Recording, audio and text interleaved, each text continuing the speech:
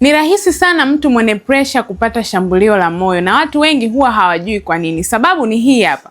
Presha ikiwa juu kwenye mwili huwa inaenda kusababisha msukumo mkubwa sana kwenye mishipa ya damu. Huu msukumo huwa unaenda kujeruhi ile mishipa ya damu ambayo inapeleka damu kwenye moyo na kuenda kusababisha chembe ndogo ndogo za uchafu kwenye mishipa ya moyo. Hali hii inasababisha mishipa ya damu inayolisha moyo kuziba kabisa, kwa sababu kwenye ile mishipa ya damu tayari kuna chembe za uchafu ndani yake. Sasa mekanizmu ipo hivi, mishipa ya damu ikiziba, maana yake ile damu inashindwa kupeleka oksijeni pamoja na virutubisho muhimu kwenye moyo. Ikishindwa kupeleka hivi virutubisho, maana yake seli za kwenye moyo zinakufa kabisa, na hapa ndipo shambulio la moyo huwa linatokea. Basi madhara yake, mtu anaanza kupata maumivu makali sana ya kifua, anaanza mwili unachoka sana, anaanza kupumua kwa shida, anapoteza fahamu, wengine wanapata ulemavu wa kudumu wa moyo, lakini mwisho kabisa wengine kufariki. Sasa najua hii video imekusaidia. Usisahau kushare na watu wengine ili nao waendelee kusaidika zaidi.